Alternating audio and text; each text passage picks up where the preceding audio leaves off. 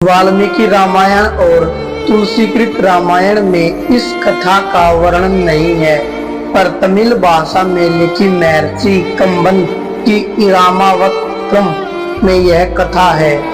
रावण केवल शिव भगत, विद्वान एवं वीर ही नहीं, अति मानववादी भी था। उसे भविष्य का पता था। वह जानता था कि श्री राम से जीत पाना उसके लिए असंभव है। जब भी श्री राम ने खरदूषण का सहज ही वध कर दिया, तब तुलसीकृत मानस में भी रावण के मन भाव लिखे हैं। रावण के पास जामवंत को आचार्य तत्वों का निमंत्रण देने के लिए लंका भेजा गया। जामवंत दीर्घाकार थे, वे आकार में कुंभकर्ण से तनिक ही छोटे थे। लंका में प्रहरी भी हाथ जोड़कर मार्ग दिखा रहे थे। इस प्रकार जामवंत ने किसी से कुछ पूछना नहीं पड़ा। स्वयं रावण को उन्हें राजद्वार पर अभिवादन का उपक्रम करते देख जामवंत ने मुस्कुराते हुए कहा कि मैं अभिनंदन का पात्र नहीं हूँ, मैं वनवासी राम का दूत बनकर आया हूँ। उन्होंने तुम्हें सादर प्रणाम कहा है। रावण ने सविनय कहा, आप हमारे पितामह के भाई हैं, इस नाते आप हमारे पूज्य हैं। कृपया आसन ग्रहण करें। यदि आप मेरा निवेदन स्वीकार कर लेंगे, तभी संभवतः मैं भी आपका संदेश सावधानी से सुन सकूंगा। जामवंत ने कोई आपत्ति नहीं की। उन्होंने आसन ग्रहण किया। रावण ने भी अपना स्थान ग्रहण किया। तदुपरांत जामवंत ने पुण्य सुनाया कि वनवासी राम ने सागर सेतु निर्माण उपरांत अब यथाशीघ्र लिंग विग्रह की स्थापना करना चाहते हैं। इस अनुष्ठान को संपन्न कराने के लिए उन्होंने ब्राह्मण, वेदज्ञ और सेवर रावण को आचार्य पद पर वर्णन करने की इच्छा प्रकट की है। मैं उनकी ओर से आपको आमंत्रित करने आया हूँ। परिणाम, प्रतिक्रिया, अभिव्यक्ति उपरांत रावण ने मुस्कान भरे स्वर में पूछ ही लिया, क्या राम द्वारा महेश्वर लिंग विग्रह स्थापना लंका विजय की कामना से किया जा रहा है? बिल्कुल ठीक। श्री राम की महेश्वर के चरणों में पूर्ण भक्ति है। जीवन में प्रथम बार किसी ने रावण को ब्राह्मण माना है और आचार्य बनने योग्य जाना है। क्या रावण इतना अधिक मूर्ख कहलाना चाहेगा कि वह भारतवर्ष के प्रथम प्रशंसिक महर्षि कुलरत्न के सगे भाई महर्षि वशिष्ठ के यजमान का आमंत्रण और अपने आराध्य की स्थापना हेतु आचार्य पद अस्वीकार कर दे? रावण ने अपने आप को संभाल कर कहा, आप पधारे। यजमान है, उसे अपने दूत को संरक्षण देना आता है। राम से कहिएगा कि मैंने उसका आचार्यत्व स्वीकार किया है। जामवंत को विदा करने के तत्काल उपरांत लंकेश ने सेवकों को आवश्यक सामग्री संग्रह करने हेतु आदेश दिया और शवम अशोक वाटिका पहुंचे। जो आवश्यक उपकरण यजमान उपलब्ध नहीं कर सके, उसे जुटाना आचार्य का परम कर्तव्य होता है। रावण जानता है कि वनवासी राम के पास क्या है और क्या होना चाहिए। अशोक उद्यान पहुंचते ही रावण ने सीता से कहा कि राम लंका विजय की कामना से समुद्र तट पर महेश्वर लिंग विग्रह की स्थापना करने जा रहे हैं और रावण को आचार्य वर्णन किया है। यजमान का अनुष्ठान पूर्ण हो, यह दायित्व आचार्य का भी होता है। तुम्हें विदित है कि अर्धांगिनी के बिना गृहस्थ के सभी अनुष्ठान अपूर्ण रहते हैं। विमान आ रहा है, उस पर देख जाना। ध्यान रहे कि तुम वहाँ भी रावण के अधीन ही रहोगी। अनुष्ठान समापन उपरांत यहाँ आने के लिए विमान पर पुनः बैठ जाना। स्वामी का आचार्य अर्थात स्वयं का आचार्य। यह ज्ञान जानकी जी ने दोनों हाथ जोड़कर मस्तक झुका दिया।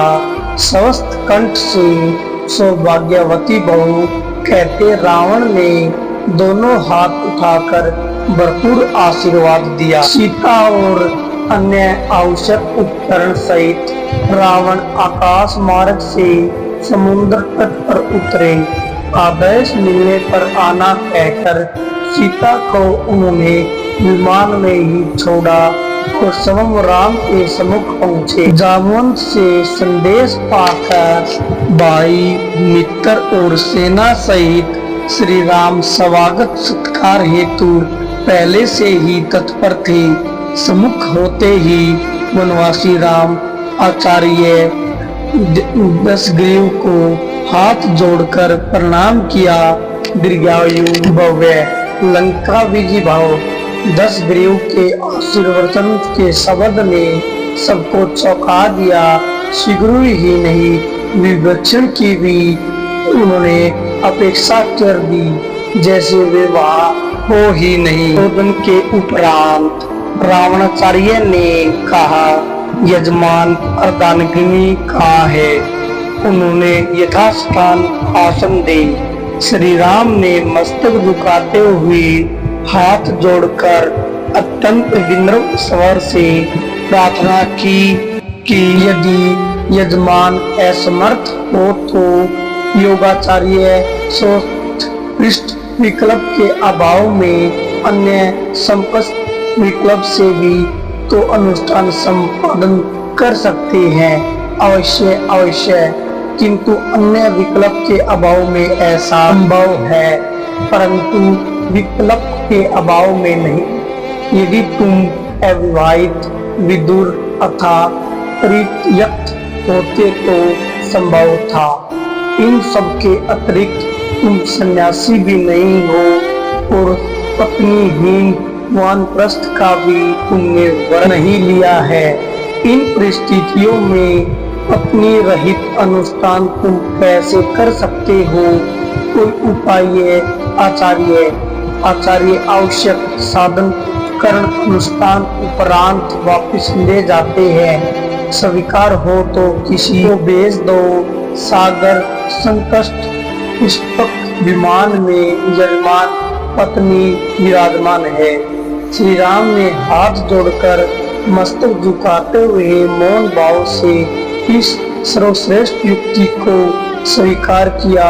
श्री रामादेश के परिपालन ने विभीषण मंत्रियों सहित पुष्पक विमान तक गए और सीता सहित लौटे।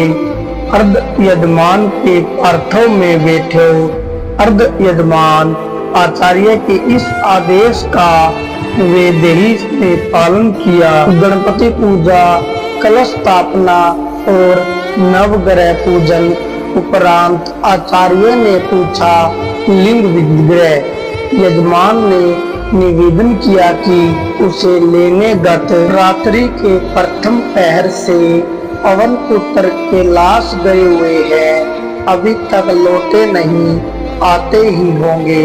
आचार्य ने आदेश दे दिया, विलंब नहीं किया जा सकता।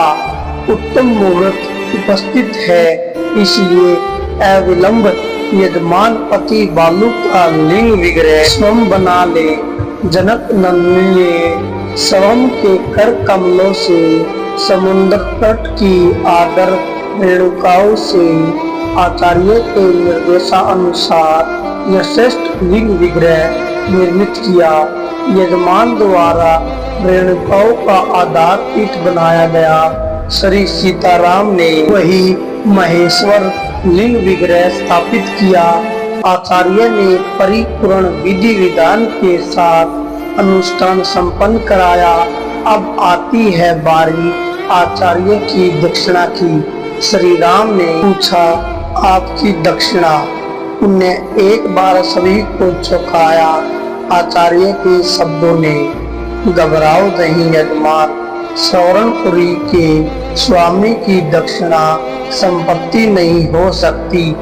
आचार्य जानते हैं कि उनका यजमान वर्तमान में वनवासी है, लेकिन फिर भी राम अपने आचार्य की जो भी मांग हो उसे पूर्ण करने की प्रतिज्ञा करता है।